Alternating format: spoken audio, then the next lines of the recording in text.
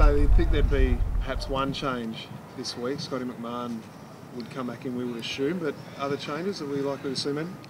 Oh, look, Scotty will certainly, we think he's in our best 22 fully fit, and but we do still have the fortunate situation where we've got the majority of our list available. So, you know, there's some genuine pressure for selection. So we're far from, or we can't confirm what our 22 is going to be at this stage. Scotty would be more likely than unlikely, but that would mean there's going to be a player who's either going to miss out, and you know, and that's not including players like Curry and Majak Daw and Sierakowski and Taylor Hine, who all played, have been playing really good footy, and Werribee had a great win on the weekend. So while we were bitterly disappointed with the result on the weekend, we're still in a pretty fortunate position when it comes to selection. How did the review of last week's game go, Brad? Oh, look, first of all, I don't think we, as a club, gave enough credit to, and that's my responsibility, we didn't give enough credit to Collingwood's pressure. I thought they pressured us really, really well. But we were very, very disappointed with the way we used the ball. And a lot of that was due to their pressure, but you know, some of it was also due to our unpressured mistakes. So out of their 103 points, they scored 89 points from turnovers. So you know, that's the double whammy. You don't score yourself when you go forward, and we got punished on the way back. So you know, that's a part of the game we think we can clean up very, very quickly. But you know, the same's going to be true this week. If we don't use the ball well and we don't defend well against Geelong, they'll punish us on the turnover as well. How do you go about cleaning that up? If you've only got a week on the training track, what do you actually do? Yeah, it's not so much in terms of cleaning up skill errors, it's cleaning up the way we use the ball. I mean, our players haven't lost the ability to kick the footy or to use the ball. It was just the options we took more so than the execution alone. So, you know, we think if we start to take some better options, the execution will pick up as well.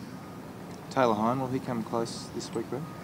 Yeah, it'd be really close, but again, I mean, with Scotty McMahon available as well, you know, we've got a lot of those small to mid-sized defenders that we can pick from. So, you know, it's going to be a tight selection call, because you know, we're in the fortunate position for the club, but unfortunate position for a lot of players, where we've got some players who we think deserve an opportunity. Aaron Black's been one of our best performed forwards, you know, over the last couple of months. You know, certainly on the training track.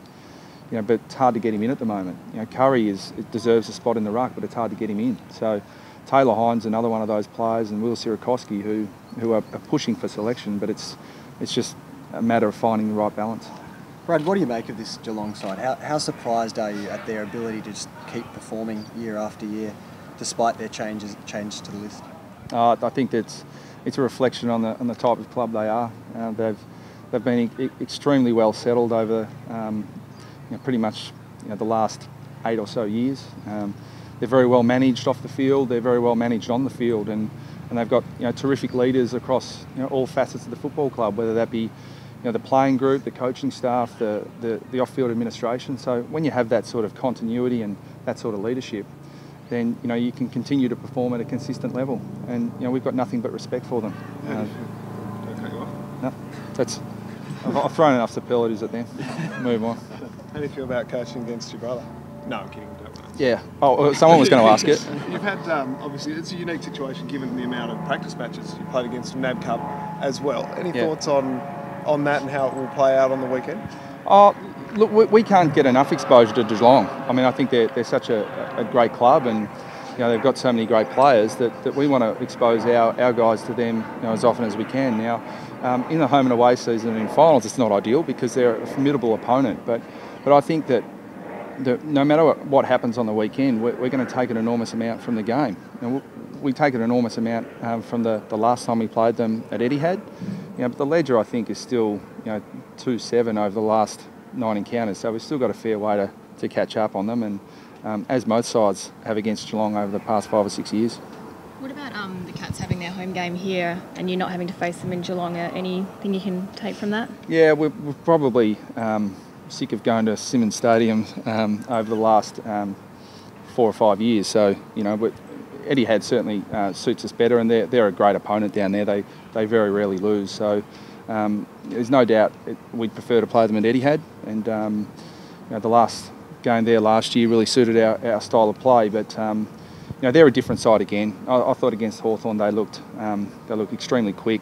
Very good runners through the midfield, and their attacking options are well documented. But Jared Rivers coming into their defence is a pretty handy, although different, replacement to Matty Scarlett. The loss on the weekend, Brady, now means you haven't won a round one game in your coaching reign. Are you concerned that the club seems to start the season a bit slowly? Oh no, I don't take anything into that. I mean, footy's footy. I mean, you play. It's a fine line between every game. Hamish McIntosh slots a goal after the siren last year. We win. We had a close loss in 2010. It's just another game of footy. We prepared differently every year, and we thought we were really well prepared for the game on the weekend. We didn't execute. So, the end result is the end result. I look a lot closer at the reasons why. Lindsay Thomas, is he 100% right to go this weekend?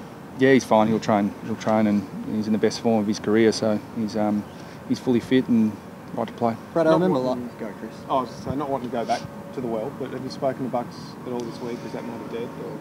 Oh, it's dead, yeah. I mean, but to put the absolute full stop on it, it's important that that we all move on. But Nathan, I think, has made a retraction of his remarks, and he forced me to defend one of my players, which I'll do 100% of the time. I think that when you cast aspersions over opposition players, it's never a good thing. But when that criticism is wrong, it makes it even worse. And to Nathan's eternal credit, he's called me, he's apologised to me, which I didn't think he had to do, but he apologised to me and to our football club. But more importantly, he rang Lindsay Thomas and apologised to him. So, I think that speaks volumes for the type of person he is. Brad, I remember last year you spoke quite passionately about the state of the game following the interpretation that led to Jack Ziebell's suspension. Now that you've seen the match review panel respond to Lindsay Thomas and clearing him, does that restore your faith in the system slightly? No, I think they're different incidents, because one, Ziebell's going for the ball, so I've always been in favour. I think a key fundamental of our game is that you protect the player going for the ball, and you allow the player to go for the ball with all the aggression in the world. In Lindsay's case, he was trying to block. I think the important thing that people have got to be aware of is that there's a clear part of the rule regarding the bump that says if the player could not reasonably foresee that an injury would occur to the opposition player, then there is an exception to that. If you choose to bump, then you take the consequences. So I think people have probably disregarded that part of the rule. So I'm in no doubt as to what the rule is, and I think the adjudication and the match review panel adjudicated it the way they said they would, and the way they did last year. So I'm not confused. But there's no doubt that when you choose to bump, you take a risk. But the clear part of the rule is if you couldn't foresee injury to the other player and you do everything in your power to make sure you don't, i.e. stay on the ground, don't raise your elbow, then you should be okay.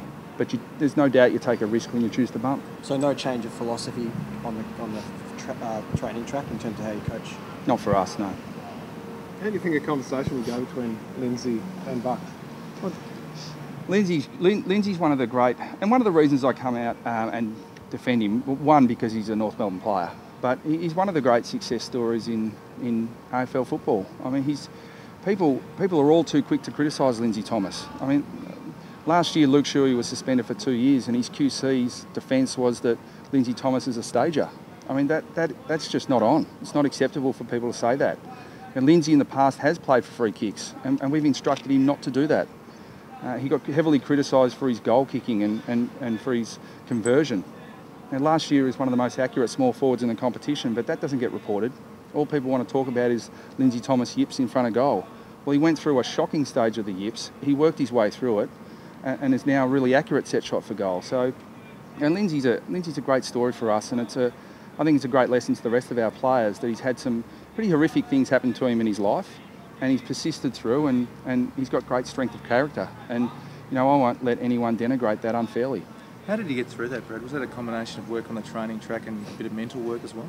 Yeah, a combination of all those things. An acknowledgement that he did have, an issue, and he fronted up to his problems and he worked his way through it. So I think anyone in any walk of life who can do that, should be admired. How do you take what happened this week? How's he taken that? Oh, he's fine. Yeah, he's no problem. And look, he appreciated the call from Nathan. I think Nathan probably did most of the talking, but I think Lindsay appreciated the fact that that Nathan acknowledged he erred in his judgment and made the apology for that. So, again, I think that just speaks volumes for the type of person Nathan Buckley is.